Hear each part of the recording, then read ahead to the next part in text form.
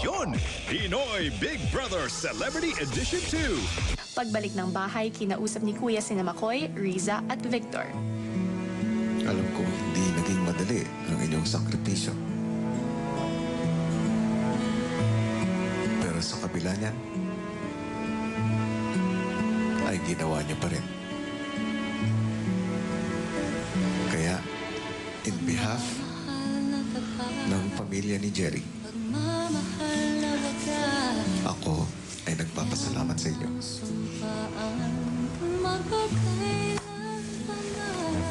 Anytime. Paglabas ng confession room, agad na nagkwento si McCoy tungkol sa kanilang karanasan. He was short, he was... And then there's like a huge light here. It's like leather and bottom. Was it disturbing? Sa paggawa ng mga nakakapagod na sakripisyo, isang housemate na naman ang dinapuan ng antok. Ba't sino natutulog? Umaandar oh. Baron, ikaw yan. Ikaw Umaandar yung time. Someone sleeping? Wala, naandar pa rin siya. Ayan, nag-stop na siya. Kasi stop niya lang. Tony's up. Tony's up. Who was it? Si Ruben, siguro. But no, Ruben isn't sleeping. Trust me. I wasn't sleeping also. No one was sleeping. Riza, you can eat now. Baka kinount nila yung pagpigit mo kanina, Baron. Sobra naman. I was moving and stuff. Mahirap talaga. Para di antukin, nagkwentuhan sila Ruben at Gabby. Seryoso, dude. I'm more close to you now than I could ever get. Oo. Ako din. Anyone dito. Para tayong nag-adventure race ng isang buong buwan. At kakaibang experience na yung mga nangyayari. Oo. Hindi ka nagsisisi? Sisid? Sisi. Ay, sarap kaya ng sisig. Hindi. Hindi ka ba nagsisisi? Nagsisisi? Hindi. Ikaw? Hindi naman.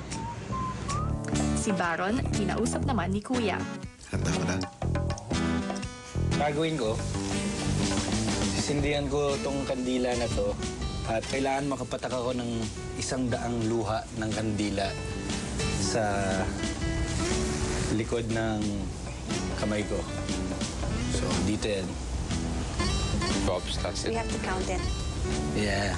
Okay. Yun lang. Para kay Jerry. Rest in peace, pare. Keep it. Ow! Ow! 1, 2. 3, 4, 5, 6, 7, 8, 9, 10, 11, 12, 13, 14, 23. After the 23rd year, when it piles up, it'll be better.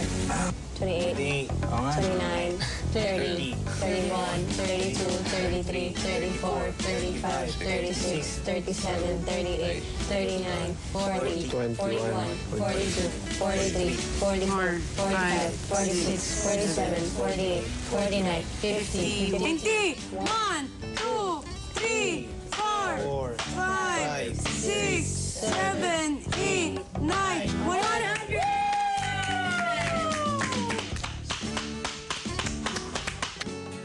Habang lahat ay masaya sa pagtatagumpay ni Baron, sa labas na may hirap na hirap si Gabby sa kanyang sakripisyo.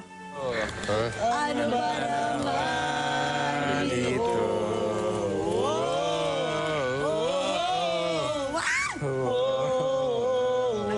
Bye!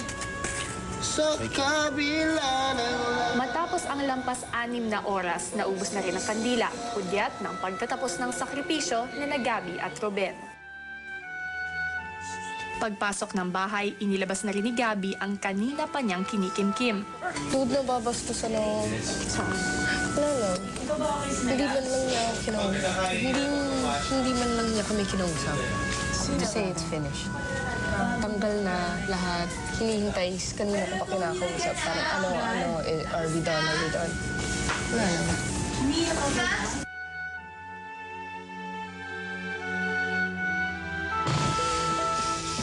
Kamusta ang task? Okay lang po. Giniginaw po ako. Gabi, Mahirap po siya, pero nakayanan namin. Salamat po sa task na binigay niyo po sa amin. Saka sa tulong ng 3 minutes na mga rest po namin sa task na ginawa namin ni Gabi. At yun po, naging successful din po, di dahil po sa aming dalawa, kundi dahil din sa tulong ng mga kasamahan po namin iba pang housemates. Sa suporta po nila. Thank you po. Maganda ho nga na binigyan mo kami ng consideration ng 3 minutes at marami pang mga iba pang nangyari. Pero honestly, Big Brother, medyo nabastusan po ako. Bakit? Para sa akin po, ginawa naman po namin eh. Hindi naman namin in-expect na may something na kailangan sobrang bantayan. Pero para sa amin naman, parang we did a task, at least acknowledge lang, respeto lang po na kung tapos, at least sabihin sa amin na tapos, na hindi lang kami nandun, na hindi parang yung para sa amin, parang malaking sakripisyo yon. Parang yung nangyari, hindi man lang namin alam kung nag-succeed po kami o nag-fail. Gabi, wala pa akong in-acknowledge sa mga tasks sa araw na to. Dahil ang task ninyo ay parte ng kabuuan. Wala na akong sasabihin. Thank you po. Hanggang makalabas ng confession room, hindi pa rin maitago ni Gabi ang sama ng loob kay Kuya.